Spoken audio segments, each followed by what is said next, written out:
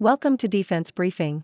The content of the briefing includes: former Israeli PM says international troops should help stabilize Gaza after war.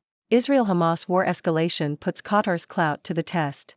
ICC lawyer warns over preventing aid getting to Gaza. Desperate Gazans turn to raiding UN warehouses as supplies dwindle, they want to survive. That's it.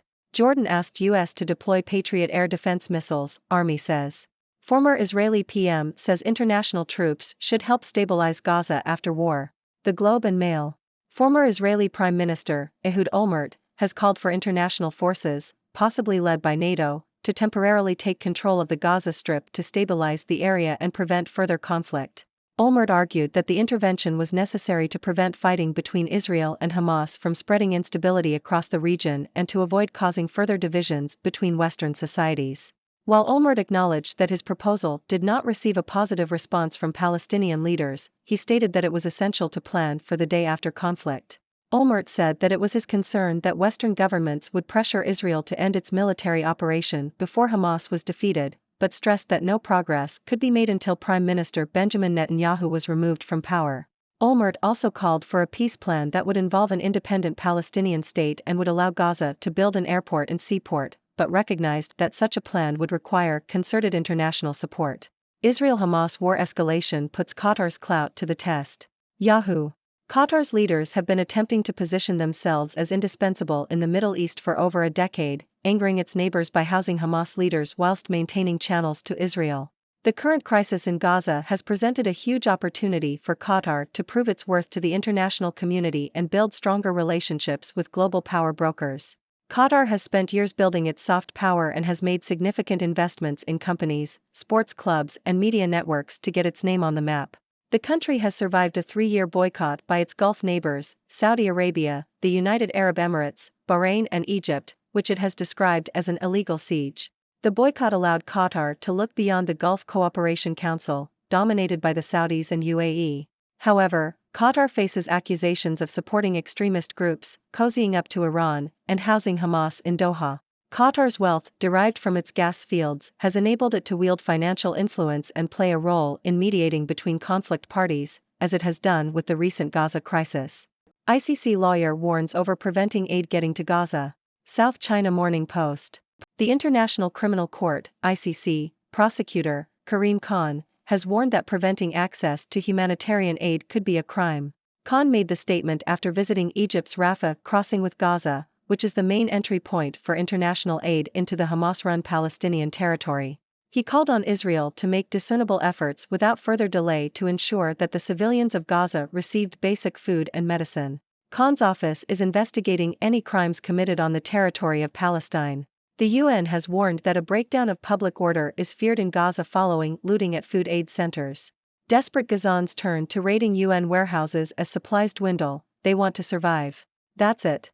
The Globe and Mail. The looting of United Nations Relief and Works Agency, UNRWA, warehouses in Khan Yunis on Sunday is a worrying sign that civil order is starting to break down after 3 weeks of war and a tight siege on Gaza, according to the UNRWA.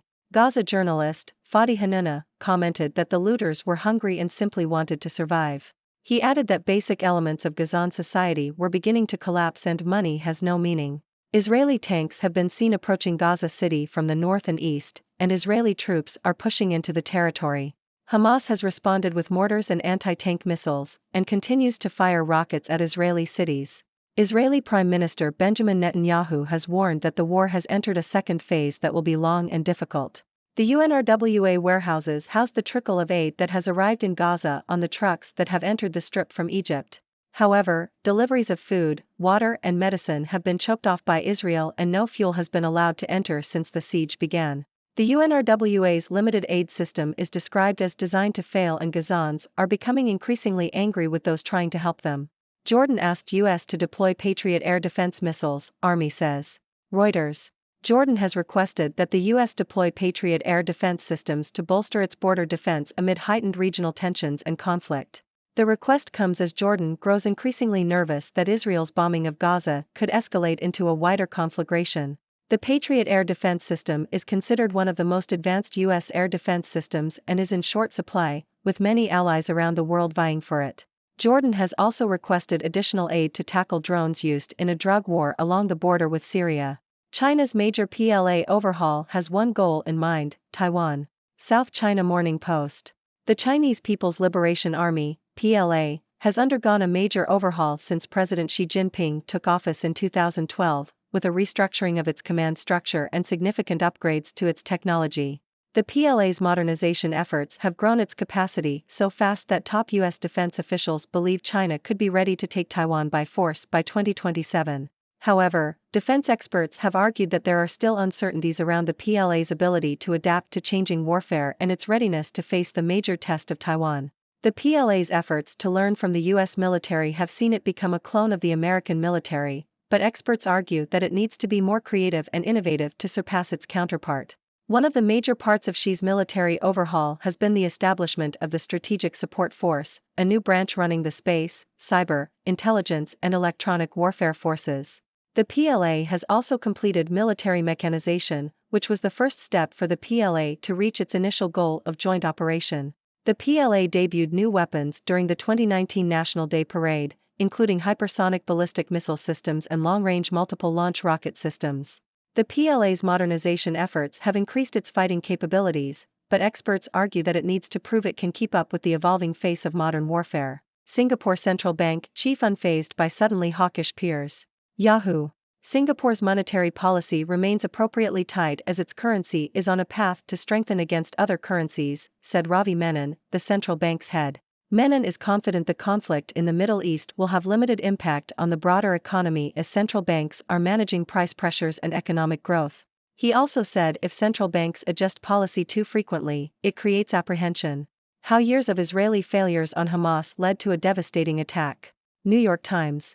Israeli intelligence and national security officials underestimated the threat posed by Hamas, leading to a cascade of failures that allowed the recent attack on Israel.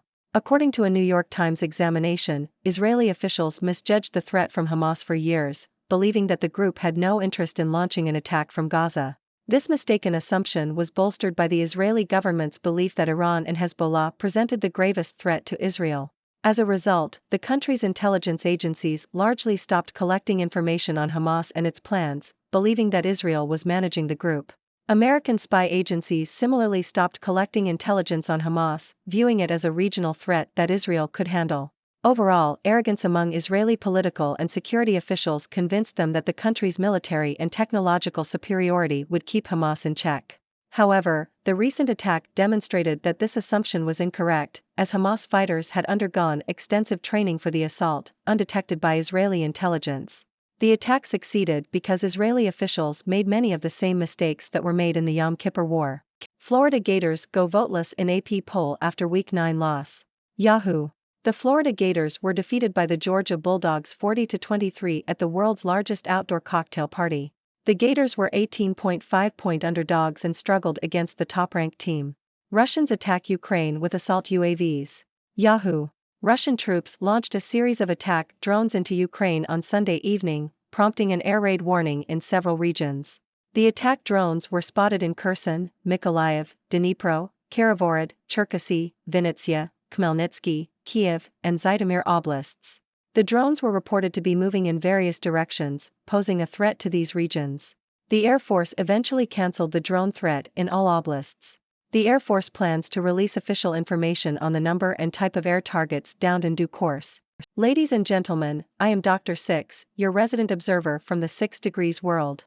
Today, we have a range of news stories to discuss, from the call for international troops in Gaza to the escalating tensions in the Middle East and the Chinese PLA's military overhaul.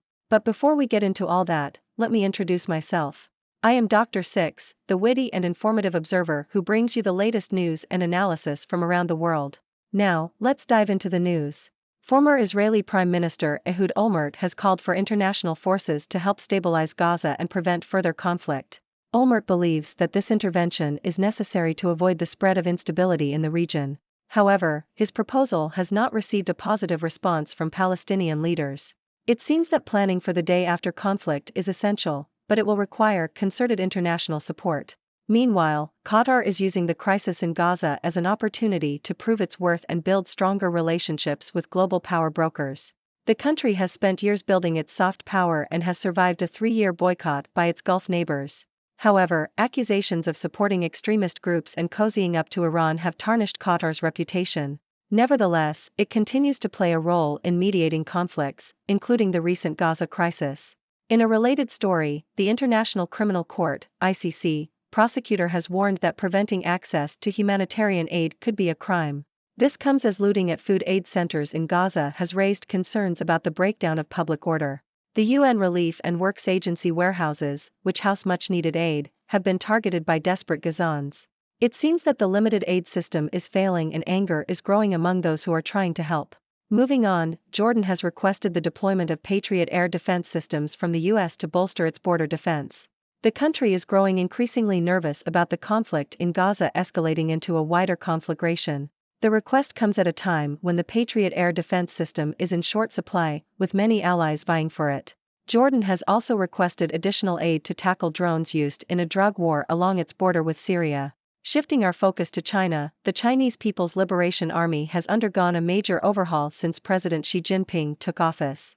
The PLA's modernization efforts have grown its capacity rapidly, leading some experts to believe that China could be ready to take Taiwan by force by 2027. However, there are still uncertainties around the PLA's ability to adapt to changing warfare and its readiness to face the major test of Taiwan. The PLA's efforts to learn from the U.S. military have made it a clone of its counterpart, but experts argue that it needs to be more creative and innovative. In the financial world, Singapore's central bank chief remains unfazed by his suddenly hawkish peers. The head of the Monetary Authority of Singapore believes that the conflict in the Middle East will have a limited impact on the broader economy, as central banks are managing price pressures and economic growth. He emphasizes the importance of maintaining appropriately tight monetary policy. Lastly, in a surprising turn of events, the Florida Gators were defeated by the Georgia Bulldogs in college football. The Gators, who were 18.5-point underdogs, struggled against the top-ranked team. It just goes to show that in sports, anything can happen. Well, that wraps up our news for today. Remember, I want to hear from you. What are your thoughts on these stories? Do you have any questions? Let's keep the discussion going. Thank you for tuning in.